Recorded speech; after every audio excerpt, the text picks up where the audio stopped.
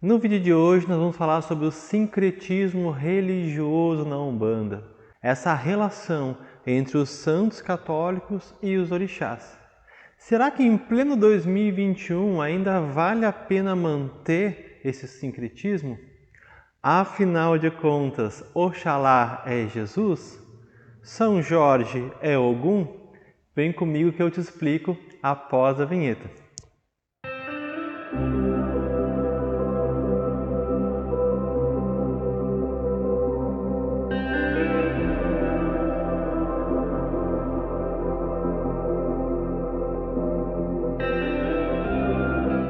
Salve o dia de hoje, dia de mais um vídeo aqui no canal. Meu nome é Thiago Ferreira e hoje eu trago mais um assunto que muitas pessoas me perguntam quase que todos os dias, tanto aqui no canal quanto no meu canal lá no Instagram. A propósito, quem ainda não me segue, eu vou deixar na descrição um link para todas as minhas redes sociais, tanto no Instagram, onde eu faço várias enquetes lá, várias perguntas que são temas dos próximos vídeos, como também o meu canal do Telegram e do Facebook. Lá pelo Telegram também eu estou sempre avisando quando tem vídeo novo no canal, porque algumas pessoas já me disseram que muitas vezes não são notificadas. Então, fica atento aí nas redes sociais que eu vou trazer todas as informações. E antes da gente começar, já se inscreve aí no canal caso não seja inscrito, curte esse vídeo e manda para os seus colegas que possam ter dúvidas com relação ao sincretismo. Bem, esse tema costuma ser bastante polêmico, né? Porque existem várias opiniões, várias divergências sobre usar ou não usar o sincretismo. Primeiro a gente tem que compreender um pouquinho a história. Acredito que a grande maioria de vocês saiba o que é o sincretismo e por que ele surgiu, qual foi a importância histórica do sincretismo. Fazendo um resumão, bem resumão mesmo, quando os escravos foram trazidos para o Brasil, eles eram proibidos de cultuar os seus orixás, os seus inquices, dependendo da região da África onde esses negros vieram. Eles eram obrigados a se converterem à Igreja Católica. Então, esses negros eles não poderiam, dentro das suas senzalas, cultuar os orixás. Então, como uma forma de driblar esse sistema, eles fizeram então um sincretismo. Eles viram a relação que existia entre o orixá africano e os santos católicos. Então, quando eles colocavam lá no altar deles uma imagenzinha do santo católico, quando os homens brancos chegavam ali e olhavam, não, eu estou rezando para o santo. Mas ao enxergar o santo, eles faziam uma relação com o orixá. Então ali, naquele ambiente, naquela senzala, como forma de resistência, como forma de manter viva o seu culto, o seu sagrado, foi importantíssima o uso do sincretismo. Essa é a primeira parte que a gente precisa entender. Foi uma forma de sobrevivência de uma cultura.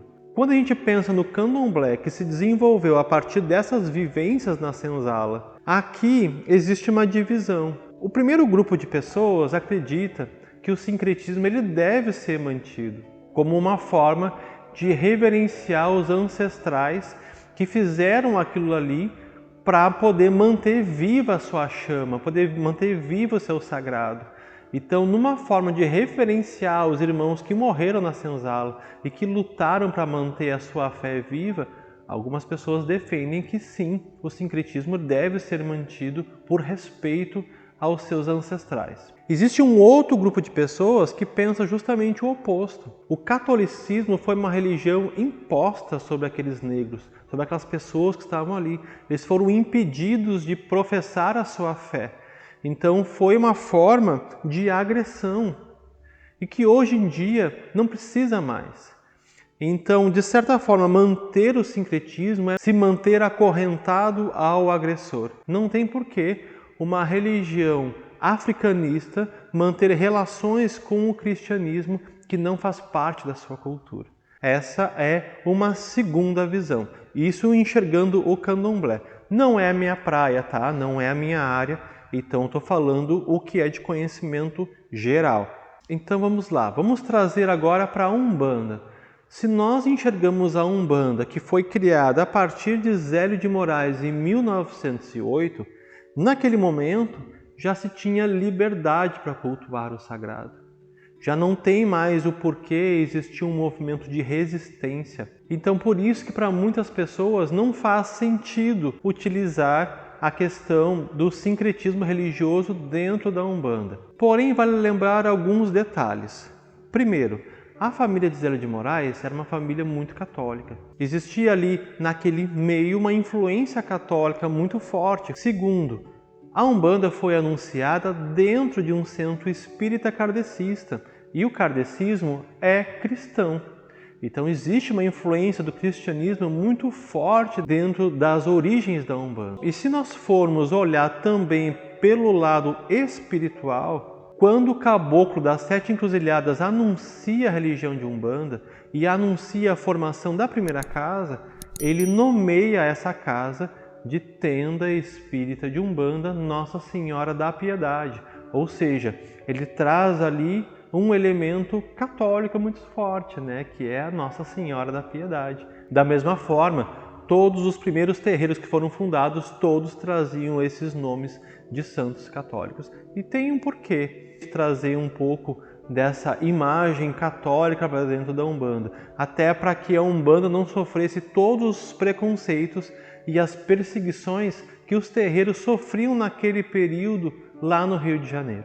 Eu aconselho para quem nunca leu o livro História da Umbanda, do pai Alexandre Comino. Ali está muito bem explicado todas essas turbulências em que o Rio de Janeiro passava naquele período da criação da Umbanda.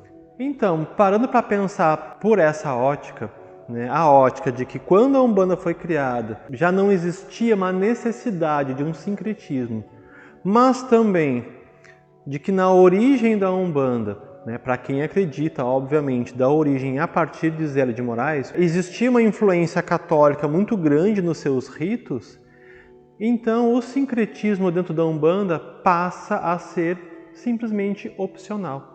Aqui no meu terreiro, por exemplo, se vocês olharem as minhas imagens aqui atrás, eu utilizo imagens africanas. O que a gente precisa compreender? A imagem é uma forma de nos conectar com o sagrado. Então, se eu sou uma pessoa que eu tenho raízes muito católicas e que a imagem do santo católico me conecta com a espiritualidade, mais do que a relação com as imagens africanas, está tudo certo. Não adianta nada eu ter no meu congá um monte de imagem africana que não significa nada para mim. Eu olhar para aquela imagem africana e não sentir uma relação com ela. Mas eu me conecto muito mais com a figura de São Jorge do que a figura de um Ogum negro. Isso acontece. Tem pessoas que são muito devotas a um santo. Existem casas de Umbanda, inclusive, que cultuam as duas coisas. Vou dar um exemplo da casa do pai Márcio Caim, que tem canal aqui no YouTube. É Umbanda Boa, o nome do canal, super indico, canal maravilhoso, que é a Tenda Espírita de Umbanda São Francisco de Assis. Ou seja, é uma casa que existe um culto a São Francisco, mesmo não existindo nenhum tipo de sincretismo de São Francisco com algum orixá. Na casa onde eu me desenvolvi, por exemplo, existia um culto a Santa Rita. Tá tudo certo. O que a gente precisa compreender para que isso fique muito claro na nossa cabeça é que uma coisa é uma coisa, outra coisa é outra coisa. Existe o santo católico e existe o orixá. Raciocina comigo. Jesus é sincretizado como Oxalá. Mas antes de Jesus nascer, não existia Oxalá? Será que Oxalá ele nasce junto com o nascimento de Jesus? Se eu for pensar em São Jorge, por exemplo, que muitas pessoas cultuam São Jorge na figura sincretizada ali com Ogum. São Jorge é muito mais recente que Jesus. Antes de Jorge da Capadócia surgir, não existia Ogum? Eu tenho que compreender que o orixá é uma manifestação de Deus, uma manifestação da natureza, uma força da natureza. Então eu posso cultuar São Jorge e eu posso cultuar Ogum como figuras diferentes. Eu posso ter no meu congá uma imagem de São Jorge e essa imagem representar Ogum para mim. Tudo certo, mas eu preciso compreender que Ogum é um orixá, São Jorge é um santo. Existem casas de Umbanda, por exemplo, que tem as duas imagens. A imagem de Jesus, por exemplo, e a imagem de Oxalá.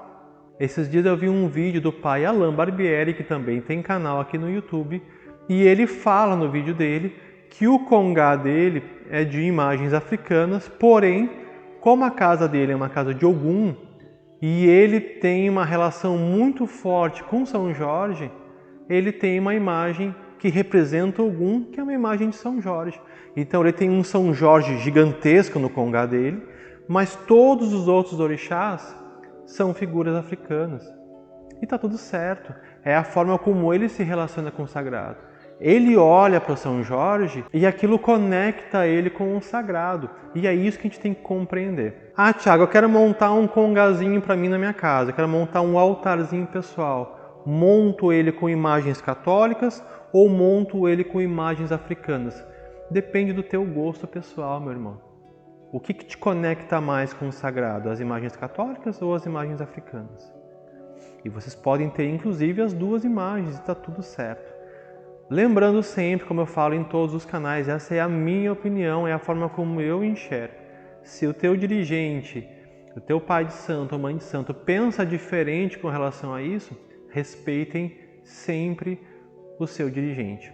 Espero que essa questão dessa relação, do santo com o orixá tenha ficado claro na cabecinha de vocês. Qualquer dúvida, deixa para mim aí nos comentários que eu respondo. Caso queira deixar uma mensagem para mim, pode me mandar também lá pelo meu Instagram, que eu também respondo todas as mensagens que me mandam. Muito obrigado por mais um vídeo. Não se esquece de curtir esse vídeo, se inscrever no canal e mandar para todo mundo que tenha essa dúvida. Tem um monte de vídeo aqui no canal, dá para fazer uma Macumba Flix bem legal para maratonar aí no final de semana. Muito obrigado, beijo, axé!